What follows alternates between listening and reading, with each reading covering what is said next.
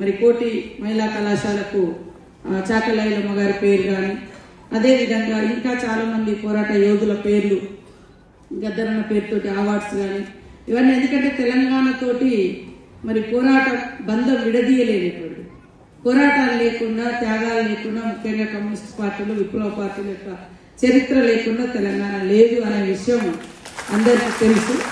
కాబట్టి ఖచ్చితంగా ఆ యొక్క గొప్పతనాన్ని, ఆ యొక్క మూలాలను గుర్తు చేసుకుంటూ భవిష్యత్ తరాలకు ఆ క్రమశిక్షణను, ఆ యొక్క త్యాగాన్ని తెలియజేస్తూనే మరి ముందుకు పోవాల్సిన అవసరం ఉంది.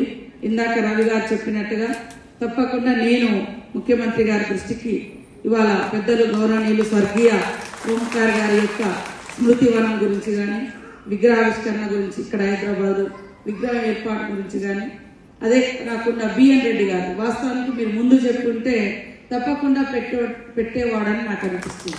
ఎందుకంటే చాలా ఇట్లా పోరాట యోధుల పేర్లు చాలా చోట్ల సీఎం రేవంత్ రెడ్డి గారు మరి మన వాళ్ళు చెప్పగానే వాళ్ళు ఇచ్చినటువంటి విజ్ఞప్తుల మేరకు, ఆయనకు ఉండేటువంటి అవగాహన మేరకు పెట్టుకుంటూ రావడం జరిగింది. కాబట్టి అది బిఎన్ రెడ్డి గారిది కూడా ఖచ్చితంగా గుర్తు చేస్తాం. మేము ఒకసారి టైం తీసుకొని వస్తే ఇవన్నీ, ఎందుకంటే చరిత్రలో నిలబడాల్సినటువంటి చరిత్రకారులు ఓంకార్ లాంటి వాళ్ళు పెద్దలు. కాబట్టి అలాంటి వారి చరిత్ర, అలాంటి వాళ్ళ మహనీయుల జీవితాలు భవిష్యత్ తరాలకు ఆదర్శవంతులు. 10 మంది కోసం జీవిస్తే 10 మంది నిన్ను గుర్తు చేసుకుంటారు, నీ స్ఫూర్తిని తీసుకుంటారు, నిన్ను ఆదర్శంగా తీసుకుంటారు, నీ దారిలో, నీ సిద్ధాంతంలో కొంత నడుస్తారు.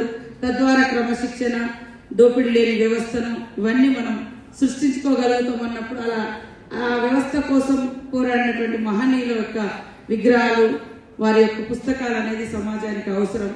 అవి తద్వారా కొంతలో కొంత 1% అయినా అవి చదివి ఇన్స్పైర్ అయ్యి ఆ దారిలో నడవడానికి అవకాశం ఉంటుంది. కాబట్టి సమాజం కోసం పనిచేసినటువంటి మహనీయులు, పోరాడినటువంటి మహనీయుల యొక్క విగ్రహాలు కానీ, పుస్తకాలు కానీ స్మరించుకోవడం కానీ ఈ సమాజానికి అవసరం.